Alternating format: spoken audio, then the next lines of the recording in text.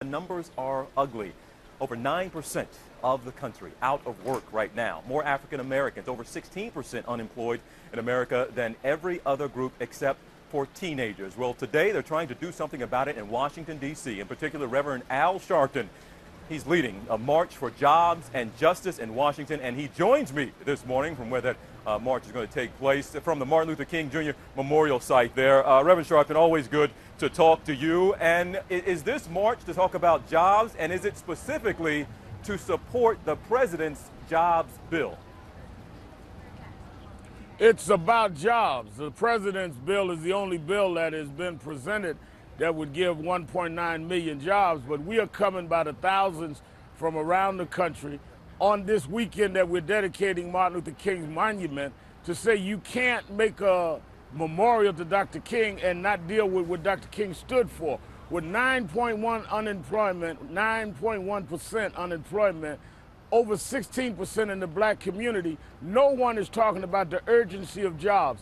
This march is for thousands of us to say the people must enter the conversation. So we're here by the thousands, and we're going to march today from this area, which is near Lincoln Memorial, to the King Monument to say we want jobs and justice. National Action Network, with many of our civil rights allies and labor unions. We have a 12-year-old young lady here who brought 10 buses in from Atlanta. A whole new generation of activists that are determined to put jobs and justice on the agenda.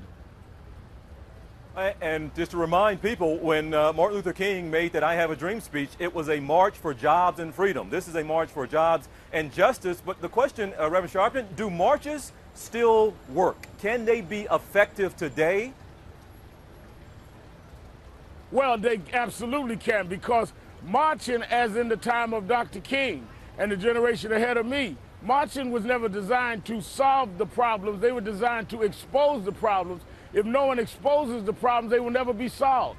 You have not had a major march like this around jobs, particularly in the African-American community, till today, and we've got nothing done. Maybe if we dramatize it, maybe if we do like Occupation Wall Street, people will see that the masses of people want to see some solutions, some legislations passed, like the president's bill. Being quiet has gotten us nothing but rising unemployment data. And Reverend Sharpton, last thing to you here. I've had several civil rights era leaders say you all had to give the president power to pass the Civil Rights Act. Do you feel that the people need to be in the streets to give President Obama the power to get something done? The only way the president can do in this time for jobs what President Kennedy and Johnson did for civil rights and voting rights is if the people are there. It was Dr. King and Reverend Shuttlesworth and others of that era that put the wind to their back. We are starting today to put the wind to this president's back so that we can bring jobs into our communities and into every community. He's been facing a headwind. Today we start the back wind in the name of Martin Luther King to bring relief to those in real pain.